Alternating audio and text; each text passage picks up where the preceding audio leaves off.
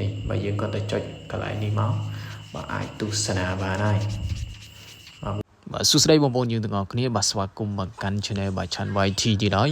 បាទថ្ងៃនេះបាទនិយាយក៏ដូចជាបាទប្រាប់ពីវិធីបាទមើលបាល់ World Cup បាទពេញអេក្រង់បាទចាំតើនឹងទស្សនាបងប្អូនគ្នា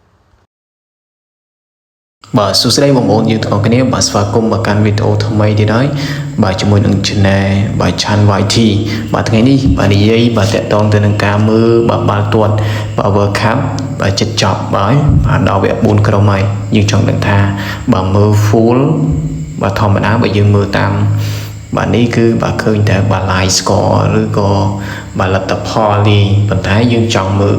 បាទជាវីដេអូបាទជា full screen បាទជាមួយនឹងបាល់មិនថាបាល់ World Cup ឬក៏បាទ Pot World Cup បាល់ friendly ឬក៏បាទបាល់អីផ្សេងទេបាទមានទាំងអស់បាទជាមួយនឹងបាទ website មួយបាទយើងអាចមើលបានពេញអេក្រង់តែម្ដងបាទងាយស្រួលសម្រាប់បងប្អូនយើងបាទទស្សនាក៏ដូចជាអ្នកស្នេហាវិស័យបាល់ទាត់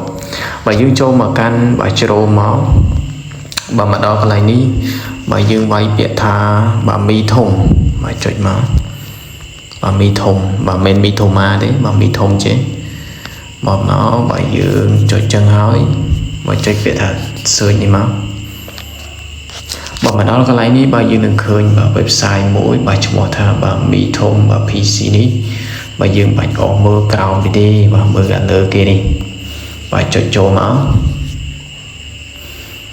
បាទចាំបន្តិចបងប្អូនយើងបាទ slow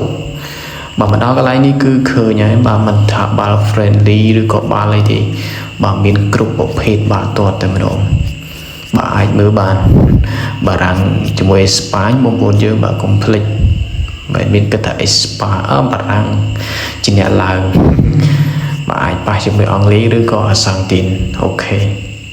នេះគឺជាបាទ link បាទសម្រាប់មើលបាល់ទាត់បងប្អូនយើងបាទងាយស្រួលមែនទេបាទបងប្អូនយើងស្នេហាវិស័យកីឡាបាល់ទាត់គឺដឹងហើយបាទចូល website គ្រាន់តែចុចចូលមកចឹងមកបាទនេះបាទខាងក្រោមនេះគឺបាទវីដេអូបាទយើងគ្រាន់តែបាច់មើលទេមើលកាទេតែមើលបញ្ហាលើហើយនេះបាទយើងគ្រាន់តែចុចកន្លែងនេះមកបាទអាចទស្សនាបានហើយ